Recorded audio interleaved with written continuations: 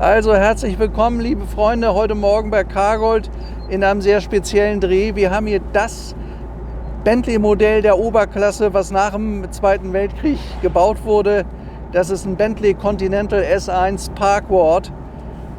Das ist der berühmteste und der wertvollste Bentley, der nach dem Zweiten Weltkrieg gebaut wurde. Es gab ja vor dem Zweiten Weltkrieg diese tollen Bentleys um die 30er Jahre, Speed 6, 6 Liter Blower und so, das kennt ihr ja wahrscheinlich. So diese richtigen dunkelgrünen Elefanten.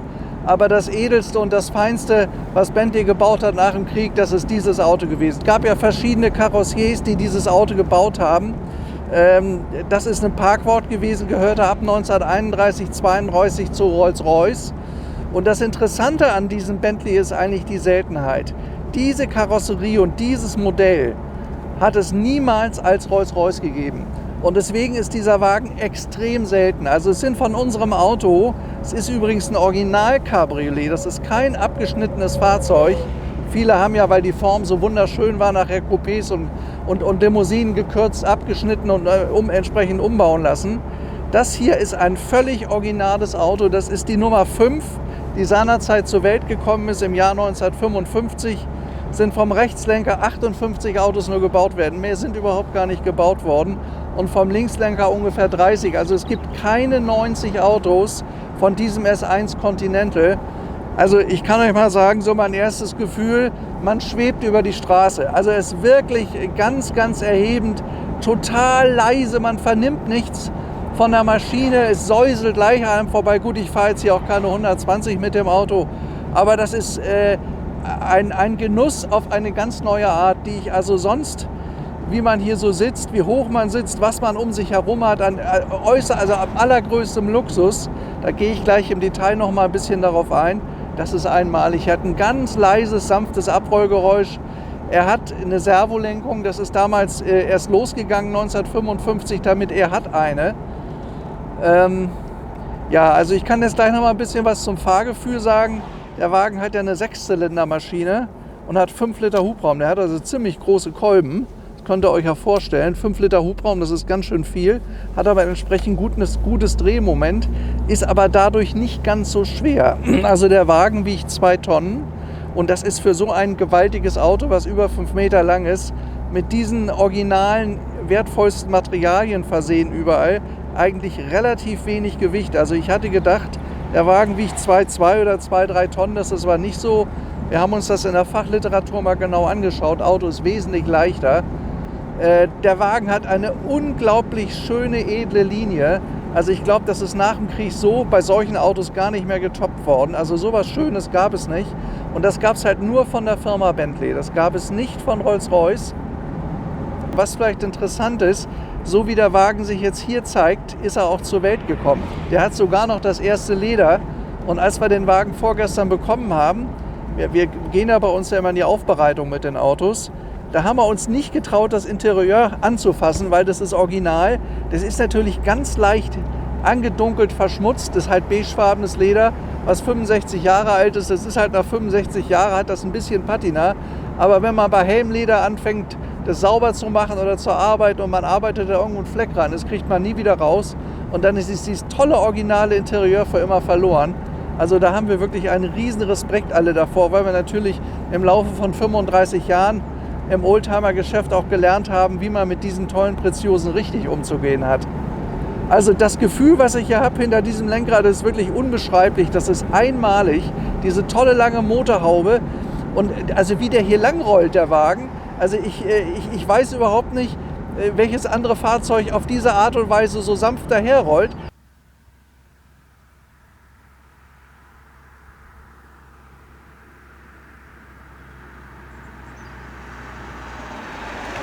Es ist ein Dahingleiten mit dem Auto und ich möchte vielleicht mal darauf hinweisen, Paul, zeig doch vielleicht mal, wie die Sonne gerade von hinten da so schön drauf scheint.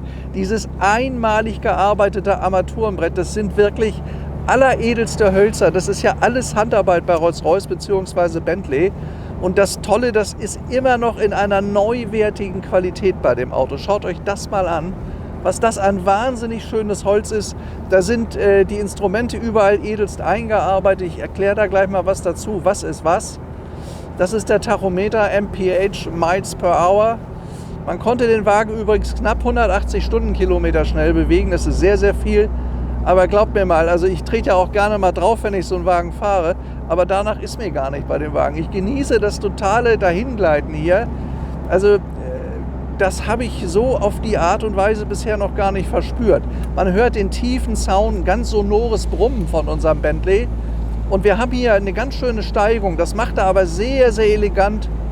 Total gelassen zieht er hier seine Bahnen hier hoch. Ja, hier vorne könnt ihr das B-Bentley-Zeichen sehen von der Uhr. Hier sind die Wipers, das sind die Wischer vorne, schön in Chrom gehalten.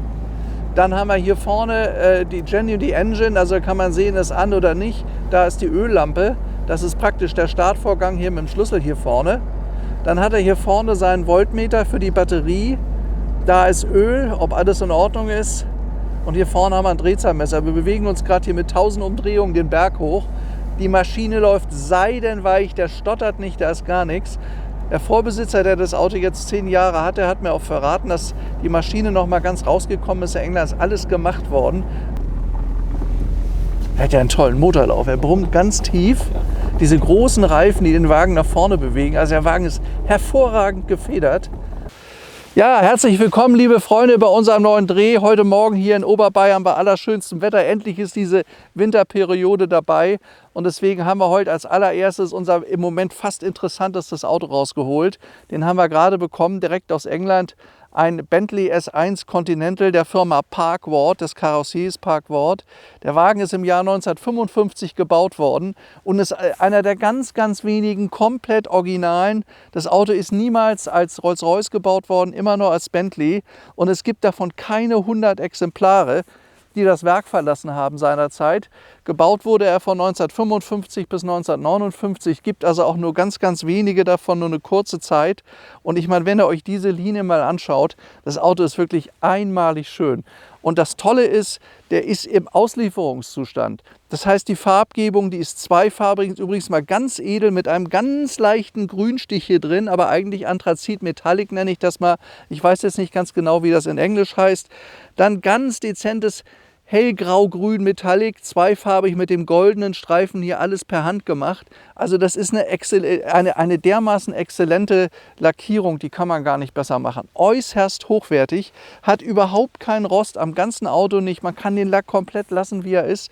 Und das Schöne an dem Auto, der befindet sich innen noch im ersten Leder. Das heißt, an dem Leder ist nie was gemacht worden. Das sollte man sich mal anschauen. Oft ist das Leder gerissen, wenn es trocken geworden ist oder so. Das ist ja alles nicht der Fall. Schaut euch mal das Leder an. Wir haben uns nicht getraut, dabei zu gehen, das sauber zu machen. Wenn man da irgendwo was Helles reinpoliert, das ist alles original, befindet sich hier im Auslieferungszustand. Und ich glaube, das ist das, was diese Besonderheit bei dem Wagen ausmacht. Ich denke mal, das ist einer der besten 5 oder 10 Stück, die es überhaupt gibt. Und da ja nicht mal 100 gebaut wurden, also das ist wirklich was für Investoren. Ich kann euch sagen, dass die, also natürlich auch für Liebhaber, nicht nur für Investoren, aber wer sein Geld sicher anlegen will, diese Autos sind die letzten Jahre extrem gestiegen, werden immer wertvoller. Das sind eben Sammlerstücke. Also Oldtimer-Markt ist ganz einfach so Massenware im durchschnittlichen Zustand tut sich ein bisschen schwer im Moment, das wird auch anhalten. Aber echte Sammlerstücke, und das hier ist eine absolute Rarität, ein echtes Sammlerstück, wird man so schnell nicht wieder finden. Und das ist wirklich sowas mal überhaupt mal am Markt zu haben. Also wenn so ein Auto mal an den Markt gekommen ist, dann sind die immer sofort weg gewesen. Und wir haben auch jetzt schon gleich Interessenten gehabt für das Auto. Wir haben uns gedacht, wir filmen das trotzdem. Wer weiß, wann ich in meinem Leben so einen tollen Wagen noch mal wieder bekomme. Und dass so ein schönes Bentley Cabrio sich hier im bayerischen Alpenvorland befindet, ist ja auch schon was Besonderes. Ja normalerweise nicht üblich. Die sind ja sonst in England. Der war übrigens auch schon mal nach Hongkong verkauft. Wir haben die gesamte Historie von dem Auto, wo er überall gewesen ist, aber ist, obwohl er nach Hongkong verkauft war, dort nie hingebracht worden. Das war ein Sammler, der auch in England seine Autos stehen hatte. Naja, und schaut euch mal diese Qualität an von dem Auto. Also die ist ja wirklich einmalig. Und der hat eine Linie, die finde ich atemberaubend. Wirklich atemberaubend. Der ist nicht protzig, auch wenn man ihn fährt. Man schwebt regelrecht. Also ein wunderschönes Auto. Wirklich wunderschön. Rolls-Royce sagt man immer so ein bisschen nach, dass es ein bisschen protzig ist, aber das Auto hat ein Understatement und eine Qualität, da passt alles zusammen. Der hat Matching Numbers, die Lackierung, die Farbe, Die gesamte Historie, die können wir euch dokumentieren. Wir wissen immer, wem dieses Auto gehört hat. Der ist erst 1958 zugelassen worden, obwohl er 1955 schon gebaut wurde. Und war immer in besten Händen. Er hat auch Bentley-Freaks gehört, die man auch kennt, die einen Namen haben. Dann ist er in den 90er Jahren mal restauriert worden, hat aber das schöne originale Leder behalten. Das Holz auch in einem also wirklich traumhaften Zustand bei dem Auto. Tja, wir werden jetzt noch ein paar Fahrszenen machen, um euch mal zu sagen, wie so ein Wagen schwebt auf der Straße. Also das ist wirklich ja, eine echte Weltrarität, kann man sagen. Ja, und ich denke mal auch, dass das bedeutendste Oberklasse-Fahrzeug, was Bentley überhaupt gebaut hat. Also es geht mit der Stückzahl los und auch mit dieser Form. Also es ist einer der schönsten Formen, die von Bentley jemals überhaupt gebaut wurden und daher auch der Wert. Also die Autos, die letzte Zeit verkauft wurden, die sind alle verkauft worden zwischen 1,3 und 1,6 Millionen Euro und sind auch immer weggegangen. Es sind nur ganz wenige stehen geblieben. Aber wenn bei so einem Auto die Historie stimmt und der Zustand stimmt, ist das sehr, sehr begehrt. Gibt es immer Käufer für solche Autos. Also dieses Automobil, das vermittelt seinem Fahrer und seinem Besitzer ein ganz außergewöhnlich erhabenes Gefühl. Man gleitet durch die Landschaft, man fühlt sich, auf der einen Seite ist das total unaufgeregt, aber hat was ganz, ganz Feines, dieses Auto. Er liegt ganz leicht bei einem in der Hand, also es ist alles mit kleinen Fingerchen, man braucht gar nicht ich brauche ja sonst immer, wenn ich mal eine Probefahrt mache, wirklich Muskeln um meine Arme. Das ist hier überhaupt nicht nötig, der gleitet, da reichen 2 Finger, um ihn durch die Kurven zu ziehen. Man hört nichts von der Maschine. Vorhin ein kleines bisschen, als wir hochgefahren sind, brummte er ein bisschen. Aber es ist ein toller Motor, ganz, ganz laufruhig. Und wir wissen ja auch, dass das alles gemacht wurde an der Maschine. Ist natürlich klar, wenn ein Motor 65 Jahre alt ist, dann muss er auch mal überholt werden. Das ist aber hier der Fall. Das ist ganz außergewöhnlich. Also das Gefühl, was mir das Auto vermittelt, hatte ich bisher bei meinen anderen Probefahrten so nicht. Das kann ich euch sagen. Rolls-Royce fährt sich auch schön, natürlich. Aber man hat hier diese tolle Kühlerfigur vom Bentley direkt vor einem mit den beiden Flügeln, die nach hinten geneigt sind, das große B, dann diese ganz, ganz lange Haube, dann hat er auf den Kotflügeln links und rechts diese ganz, ganz tolle Kante, also toll gemacht, also ganz, ganz edel und fein gemacht. Also wenn man eine Sammlung hat, ist das ein absolutes Highlight in der Sammlung, das kann ich euch garantieren. Er hat so wunderschöne Details, sei vielleicht mal noch was gezeigt. Er hat ja diese Dreiecks-Ausstellfenster hier ganz edel gearbeitet und hier seht ihr eine kleine Schiene. Das heißt, wenn man bei Regen geschlossen gefahren ist und es war trotzdem warm, man hat das Fenster aufgedrückt, dann läuft ja hier das Wasser runter und damit das hier am Ende nicht reintropft, hat man diese Schiene hier, so eine kleine Regenrinne reingebaut, quer, damit das Regenwasser, was da runterläuft, trotzdem außen abläuft. An solche Details hat die Firma Bentley gedacht. Das ist schon toll. Also wenn man sich diese netten Details anguckt, das macht das alles so filigran, es ist so extrem hochwertig auch gearbeitet bei dem Auto. Das können die Engländer, also da sind die Engländer wirklich nicht zu übertreffen. Und das, was ich ja so gut finde, der Wagen befindet sich immer noch in diesem fantastischen Zustand. Also da ist immer viel Geld reingegangen, da hat es immer Besitzer gegeben, die sich wirklich pfleglich um den Wagen bemüht haben, denen kein englisches Pfund zu wenig war, um hier Geld zu investieren. Ich glaube, dass er immer, weil er immer in besten Händen war, auch extrem pfleglich behandelt wurde. Das sieht man am Interieur. Es ist ja noch alles original, da ist überhaupt nichts kaputt. Das ist übrigens das, was den Wert bei so einem Auto ausmacht. Wenn man da jetzt neues Leder reinbauen müsste, das wäre ja unendlich schade. Der Charme in diesem Auto, den hat man immer noch erhalten. Das Auto hat eine Eleganz, also man ist stolz, in diesem Auto hier zu sitzen. Und diese Art, dass man mit seinen Händen nur ein bisschen ticken muss und er reagiert sofort. Also da muss man nicht so festhalten. Er hat auch einen sehr guten Geradeauslauf. Das überrascht mich bei dem Wagen. Ist aber in 1955 ist er noch eine relativ frühe Phase nach dem Krieg. Also da hat man technisch hier richtig was auf die Beine gestellt. Mit dem Auto, denke ich, kann man noch längere Reisen machen. Vor allem, man kann da die Landschaft genießen in dem Auto. Man braucht ja gar nicht voll drauf treten. Der Motor stellt immer genügend Drehmoment zur Verfügung. Ein bisschen frisch noch heute Morgen hier, deswegen habe ich meine Kappe aufgesetzt. Es zieht so ein bisschen von hinten. Na gut, das kann man nicht verhindern. Das ist halt eben beim Cabrio der Fall. So, hier fahren wir ja normalerweise mit unserem Porsche richtig mit Speed hoch. Aber mit dem Auto macht man das irgendwie nicht. Es passt nicht. Aber er fährt trotzdem völlig entspannt hier einen Berg hoch.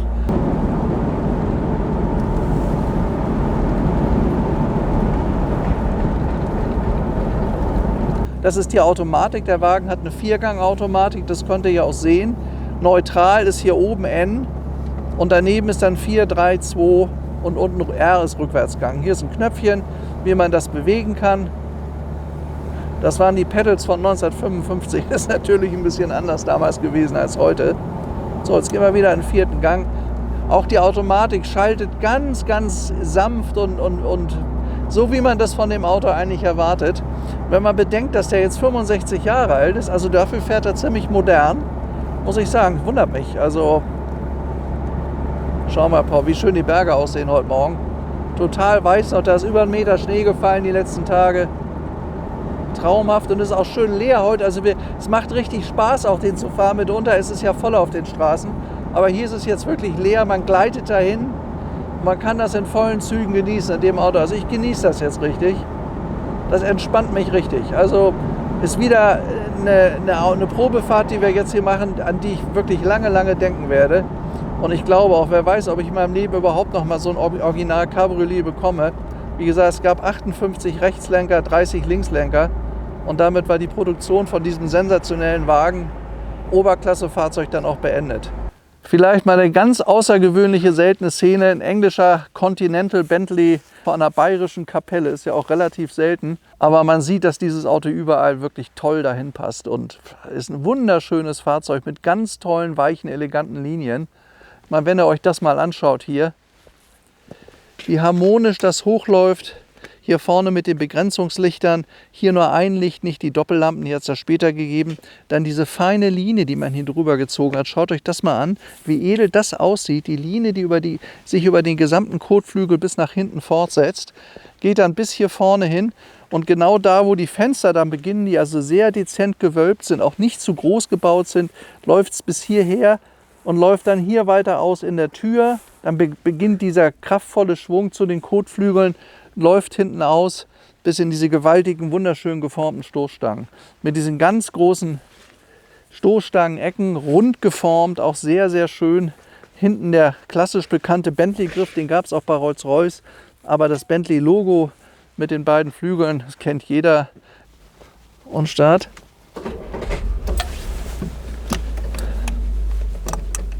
Übrigens noch ganz interessant zu erwähnen, bei unserem Auto, der Wagen hat hier eine Klimaanlage, das hat längst nicht jeder. Seinerzeit extra gewesen. Hier geht die Handbremse loszuziehen.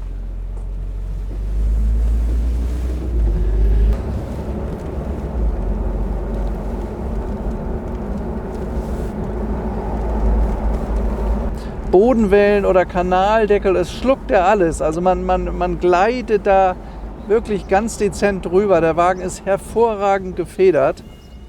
Also die wussten vor 65 Jahren schon ganz genau, worauf es ankommt. Und da kommt ja auch der Ruf von Bentley und Rolls-Royce bis heute her, dass die Eigner solcher Fahrzeuge wirklich sich ganz besonders gefühlt haben. Und das hat mit diesem Gesamteindruck zu tun, wie weich die gefedert sind, wie weich die Maschinen laufen. Das ist wirklich was ganz Außergewöhnliches. Man gleitet dahin und man ist stolz und wirklich, das ist ein tolles Gefühl, in so einem Wagen sich fortzubewegen. Ganz, ganz außergewöhnlich.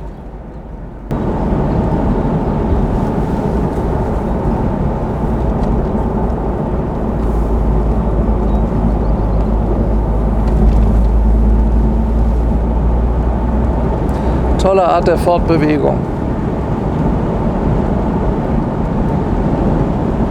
Very British.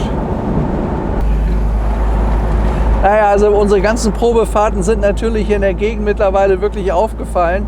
Eine Menge Leute kennen uns auch, aber jeder freut sich drüber. Also die Resonanz, die wir bekommen, wenn wir mit so schönen Autos hier rumfahren, das finden die Leute alle ganz toll. Und das gibt uns auch ein schönes Gefühl, dass wir hier was machen, was anderen Menschen Freude bereitet. Und das ist auch das, was mich immer wieder motiviert.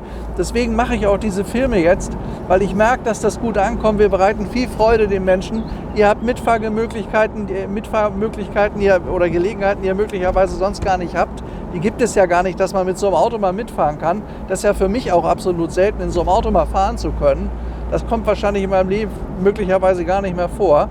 Und das ist für mich was Besonderes und ich denke, das gehört auch gezeigt. Ja, da vorne ist Beuerberg. da ist unsere Heimat. War wieder eine ganz außergewöhnlich schöne Probefahrt. Ich bin jetzt völlig entspannt, wie ich hier gerade ankomme. Sonst kennt ihr mich ja schwer begeistert und motiviert und so. Das motiviert mich ja auch vieles, weil man oft auch so richtig Auto fahren muss. Aber das heute Morgen war ein ganz edles Dahingleiten. Das gibt einem ein ganz tolles Gefühl. Und ich fühle mich jetzt total entspannt. Das ist ein wunderschöner Wagen. So, dann schauen wir mal ganz kurz unter den Motor. Unter die Haube vorne. Da sind die Hebel innen. Das sind 2 Klappen, aus denen das besteht. So, schaut euch das mal an. Hier vorne das schöne Logo Bentley Motors. Das ist die Maschine. 6-Zylinder-Reihenmotor, auch hier drin alles aufgeräumt, alles sauber, alles tipptopp gepflegt. So wie das ganze Auto ist. Wie gesagt, die Maschine ist gerade draußen gewesen, vor ein paar Jahren ist gemacht worden. Und das spürt man auch, wie er läuft. Der fährt seidenweich, also technisch in einem wunderbaren Zustand. Ich wünsche euch alles Gute, ich darf mich verabschieden. Ich hoffe, das Mitfahren hat euch Spaß gemacht hier in unserem Bentley S Continental Parkwart Cabriolet, Original Cabriolet. Ich freue mich bis zu unserer nächsten Probefahrt. Bleibt gesund, euer Stefan Luftschütz. Ciao.